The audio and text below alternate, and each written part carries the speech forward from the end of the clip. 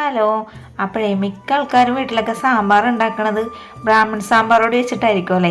എന്നാലേ ഞങ്ങളും കടയിൽ ബ്രാഹ്മൺ സാമ്പാറോടെയാണ് ഉപയോഗിച്ചിരുന്നത്. ഇപ്പോൾ കുറച്ചിതായിട്ട് ഞങ്ങൾ ആ ഒരു സാമ്പാറോടെ ഒഴിവാക്കി. കാരണം നമ്മളുടെ കടയിൽ തന്നെ ഞങ്ങൾ പൊടിച്ചിട്ടാണ് ഇപ്പോൾ സാമ്പാർ ഉണ്ടാക്കുന്നത് കേട്ടോ. ബ്രാഹ്മൺ സാമ്പാറോടെ അതേ ടേസ്റ്റിലും അതേ ക്വാളിറ്റിയിലും അതേ കൊഴുപ്പിലും തന്നെയാണ് ഈ ഒരു സാമ്പാറോടെ കിട്ടുന്നത്. നല്ല മണവും ഗുണവും ഒക്കെ ഉണ്ട് കേട്ടോ. അപ്പോൾ ഇതെങ്ങനെ നമുക്ക് ഉണ്ടാക്കണം നോക്കിയാലോ. ഞാനിപ്പോൾ ഒരു 150 ഗ്രാം ഉണക്കമുളക് എടുത്തേക്കണം. അപ്പോൾ ഇതിൻ്റെ ഞെട്ടൊക്കെ ഉണ്ടായിരുന്നു കേട്ടോ. അപ്പോൾ അതൊക്കെ ഞാൻ കളഞ്ഞതിന് ശേഷമാണ് എടുത്ത് വെച്ചേക്കുന്നത്. അപ്പോൾ എല്ലാത്തിൻ്റെ അളവ് കറക്റ്റ് ആയിരിക്കണം കേട്ടോ. എന്നാൽ മാത്രമേ ആ ഒരു സാമ്പാറിൻ്റെ മണവും ഗുണമൊക്കെ നമുക്ക് കിട്ടുള്ളൂ. ഇനി എടുത്തേക്കണത് 1 ഗ്ലാസ് മല്ലിയും കൂടി ചേർത്ത് കൊടുത്തിട്ടുണ്ട്. പിന്നെ നമ്മളിപ്പോൾ ഈ സാധനങ്ങളൊക്കെ എടുക്കണ പാത്രങ്ങളൊക്കെ ഒട്ടും വെള്ളമയം ഇല്ലാത്തതായിരിക്കണം, അല്ലെങ്കിൽ വല്ല പൂത്തവും പൊടികളെ അതുകൊണ്ടിട്ടാണ്. ഇനി ഞാൻ സാമ്പാർ പരിപ്പാണ് കേട്ടോ. അതൊരു 3 ടേബിൾ സ്പൂൺ പരിപ്പുണ്ടായിരുന്നു. ഇപ്പോൾ സാമ്പാർ പരിപ്പ് ഇല്ലെങ്കിലും നമുക്ക് കടലപ്പരിപ്പില്ലേ, അതായത് മറ്റേ പൊട്ടുകടലല്ല കേട്ടോ, സാധാരണ പരിപ്പ് കടലപ്പരിപ്പ് അതായാലും ഇട്ട് കൊടുക്കാം കേട്ടോ. അപ്പോൾ ഈ ഒരു പരിപ്പിടണ എന്താണെന്ന് വെച്ചാൽ സാമ്പാറിന് നല്ല മണവും അതേപോലെ നല്ല കുറുകലും കിട്ടാൻ വേണ്ടിയിട്ടാണ്. ഇനി വേണ്ടത് ഒരു പീസ് കായം, അതൊരു 15 ഗ്രാം ഉണ്ടായിരുന്നേ. അതേപോലെ തന്നെ ഇതിലേക്ക് ഞാൻ ഒരു 2 സ്പൂണ് അരിയും കൂടി ചേർത്ത് കൊടുത്തിട്ടുണ്ട്. അരി ഇടുന്നതും നമ്മുടെ സാമ്പാറിന് കുറച്ച് കൊഴുപ്പ് കിട്ടാൻ വേണ്ടിയിട്ടാണ് ഇട്ട് കൊടുക്കുന്നത്. അപ്പോൾ പച്ചരി ആയാലും ഇട്ട് കൊടുക്കാവുന്നതാണ്. ഇനി ഞാൻ ഒരു ഉരുളി അടപ്പിലേക്ക് വെച്ച് കൊടുത്തിട്ടുണ്ട്. അപ്പോൾ ഉരുളിയിലേക്ക് ആ വെള്ളമയമൊക്കെ ഒന്ന് വറ്റി വന്നപ്പോഴേക്കും ഞാൻ ഇതിലേക്ക് തുള്ളി വെളിച്ചെണ്ണ ചേർത്ത് കൊടുത്തിട്ടുണ്ട്. ഇത് വലിച്ചിട്ടും കിട്ടണില്ല, അതേപോലത്തെ കായോട്. അപ്പോൾ പിച്ചിക്കീറൊക്കെ ഞാൻ കഷ്ണം ചേർത്ത് എന്താണെന്ന് വെച്ചാൽ ഇങ്ങനെ കീറിയിട്ടില്ലെങ്കിലേ ഇത് മൊരിഞ്ഞ് കിട്ടൂല, അതുകൊണ്ടിട്ടാണ് ഇതേപോലെ കീറുന്നത്. വല്ലപ്പോഴൊക്കെ സാമ്പാർ ഉണ്ടാക്കുന്ന ആൾക്കാരുണ്ടാവില്ല. അപ്പോൾ കൂടുതൽ ദിവസമൊക്കെ സാമ്പാറോട് അവിടെ ഇരുന്ന് പോവും. അങ്ങനെയൊക്കെ ഉണ്ടാക്കാനാണെങ്കിൽ വെളിച്ചെണ്ണ ഒഴിച്ച് ചെയ്യേണ്ട ആവശ്യമില്ല. സാധാരണ എല്ലാം വറുത്തെടുത്താൽ മതിയാകും. നമ്മൾക്കിപ്പോൾ ഒരു 3 ദിവസത്തേക്ക് ഉണ്ടാവുള്ളൂ ഈ ഒരു സാമ്പാർ പൊടി. അപ്പോൾ അതുകൊണ്ടിട്ടാണ് ഞാൻ ഈ ഒരു കായം പെട്ടെന്ന് മൊരിഞ്ഞ് കിട്ടാൻ വേണ്ടി ലേശം വെളിച്ചെണ്ണ ഒഴിച്ച് കൊടുത്തത്.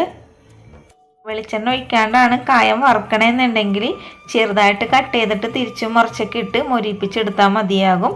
ഇനി ഞാൻ ആ എണ്ണയിലിട്ട് നമ്മളുടെ ആ ഒരു പരിപ്പും പിന്നെ അരിയും കൂടി മിക്സ് ചെയ്തിട്ടുണ്ടായിരുന്നു, അതും കൂടി ചേർത്ത് കൊടുത്തിട്ടുണ്ട്. എന്നിട്ട് ഇതെല്ലാം കൂടി ഒന്നും കൂടി നന്നായിട്ടൊന്ന് വറുത്തെടുത്തിട്ടുണ്ട്. നമ്മുടെ കടയിൽ കഴിക്കാൻ വന്ന ആൾക്കാർ ഈ വീഡിയോ കാണുകയാണെങ്കിൽ ചേച്ചിയുടെ കടയിലെ സാമ്പാറിൻ്റെ ടേസ്റ്റ് എന്താണെന്ന് പ്ലീസ് ഒന്ന് കമൻ്റ് ഇടണം. കാരണം എന്ന് വെച്ചാൽ എൻ്റെ കൂട്ടുകാരും ഈ ഒരു പൊടി വെച്ചിട്ട് ഇനി സാമ്പാർ ഉണ്ടാക്കണതാണല്ലോ. അപ്പോൾ ചേച്ചിയുടെ കടയിലെ സാമ്പാറിൻ്റെ ടേസ്റ്റിന് നല്ലതാണെങ്കിലും ചീത്തയാണെങ്കിലും കമൻ്റ് ഇട്ടോളൂ. ഇനി ഞാൻ ആ പരിപ്പും അരിയും കൂടി വറുത്ത് വന്നപ്പോഴേക്കും ഇതിലേക്ക് മല്ലിയും കൂടി ചേർത്ത് കൊടുത്തിട്ടുണ്ട്. അപ്പം മല്ലി ഒന്ന് നന്നായിട്ട് വറുത്തെടുക്കണം കേട്ടോ. അപ്പം നമ്മുടെ കടയിൽ കഴിക്കാൻ വന്ന മിക്ക ആൾക്കാരും, മിക്കെന്ന് വെച്ചാൽ ഒരു 99% ആൾക്കാർക്ക് നമ്മുടെ കടയിലെ സാമ്പാറിൻ്റെ ടേസ്റ്റ് അത്രയ്ക്ക് ഇഷ്ടമാണ്. കാരണം എന്ന് വെച്ചാൽ അടിപൊളി ടേസ്റ്റാണ് ആ സാമ്പാറിന്. അപ്പോൾ അതുകൊണ്ടിട്ട് എൻ്റെ കൂട്ടുകാരോട് പറയണേണ്, ഇതേപോലത്തെ പൊടി ഉണ്ടാക്കിയിട്ട് നിങ്ങൾ തീർച്ചയായിട്ടും സാമ്പാർ ഉണ്ടാക്കി നോക്കിക്കോ. ഞാൻ ഗ്യാരണ്ടിയാണ് കേട്ടോ, അത്ര ടേസ്റ്റാണ്. അപ്പോൾ അതായത് നമ്മുടെ മല്ലിയും വറുത്ത് വന്നപ്പോഴേക്കും ഇതിലേക്ക് ഞാൻ ആ ഒരു മുളകും കൂടി ചേർത്ത് കൊടുത്തിട്ടുണ്ട്. ഇനി ആ മുളകും കൂടി നന്നായിട്ടൊന്ന് വറുത്തെടുക്കണം. എനിക്കപ്പോൾ വേറൊരു ചാനലും കൂടി ഉണ്ട്, കൊച്ചിക്കാരിപ്പെണ്ണെന്ന്. ആ ഒരു കൊച്ചിക്കാരിപ്പെണ്ണിൻ്റെ പേര് തന്നെയാണ് നമ്മുടെ ഹോട്ടലിൽ ഇട്ടേക്കണം കേട്ടോ. അപ്പോൾ എല്ലാവരും എന്നെ കൊച്ചിക്കാരി ചേച്ചിയുടെ ഹോട്ടലിൽ പോണ് എന്നേ പറയുള്ളൂ മിക്ക ആൾക്കാരും. അപ്പോൾ അതിൽ ഞാൻ ലൈവ് ഇടുമ്പോൾ അതിലിപ്പോൾ വന്ന് പറയൂട്ടോ, ചേച്ചി കടയിലെ സാമ്പാറും ദോശ അടിപൊളിയാണ്, അല്ലെങ്കിൽ ഇഡ്ഡലിയും ദോശ അടിപൊളി, അല്ല ഇഡ്ഡലി സാമ്പാർ അടിപൊളിയാണ്, നല്ല ടേസ്റ്റാണ്, ആ സാമ്പാറിൻ്റെ ടേസ്റ്റ് നല്ല ടേസ്റ്റാണ് എന്നൊക്കെ മിക്ക ആൾക്കാർ ലൈവ് വന്ന് പറയാറുണ്ട്. ഇപ്പം നിങ്ങൾ വിചാരിക്കും, ഓ ചേച്ചി എന്തൊരു തള്ളാണ് തള്ളിക്കൊണ്ടിരിക്കണമെന്ന്. ഇല്ല കേട്ടോ, ഒന്നുമില്ല, അങ്ങനെയൊന്നുമല്ല. ഞാൻ ഉള്ള കാര്യം ഉള്ളതുപോലെ പറയണം. കാരണം നമ്മുടെ കടയിൽ പാചകം ചെയ്യണ ചേട്ടനെ നല്ലോണം പാചകം ചെയ്യും, എല്ലാ ചേട്ടനും അറിയാം കേട്ടോ, നല്ല ടേസ്റ്റുമാണ്. പിന്നെ ഞാനും പാചകം ചെയ്യുമല്ലോ ഇടക്കിടക്കൊക്കെ. അപ്പം ഞാൻ എൻ്റെ കൈപ്പുണ്യവും ഉണ്ടല്ലോ. അപ്പം അങ്ങനെയൊക്കെ ആകുമ്പോൾ നമ്മുടെ കടയിൽ കുഴപ്പമൊന്നുമില്ല, നല്ല രീതിയിൽ തന്നെയാണ് പോകുന്നത്. അങ്ങനെ നമ്മുടെ സാമ്പാർ പൊടിയൊക്കെ ആയിക്കൊണ്ടിരിക്കുന്നുണ്ട്. ഞാൻ കുറേശ്ശെയായിട്ടാണ് കേട്ടോ പൊടിച്ചുകൊണ്ടിരിക്കണത്. ഇനി ഞാനിതെല്ലാം കൂടെ ഒന്ന് മിക്സ് ചെയ്തെടുക്കണം. കാരണം എന്ന് വെച്ചാൽ ആദ്യമാണ് നമ്മുടെ കായ ഇട്ട് പൊടിച്ചെടുത്തതേ, പിന്നെ രണ്ടാമത്തേലൊന്നും കായ ഉണ്ടായിരുന്നില്ല. അപ്പോൾ അതുകൊണ്ടിട്ട് മൊത്തത്തിലെല്ലാം കൂടി ഒന്ന് മിക്സ് ചെയ്തെടുക്കേണ്ടത്. ഞാൻ ഇവിടെ ഒരു സ്റ്റീലിൻ്റെ ഒരു പാത്രമുണ്ട്, ഡബ്ബ, അതിലാണ് ഇട്ട് ഞങ്ങൾ പൊടികൾ വെക്കാറ് കേട്ടോ.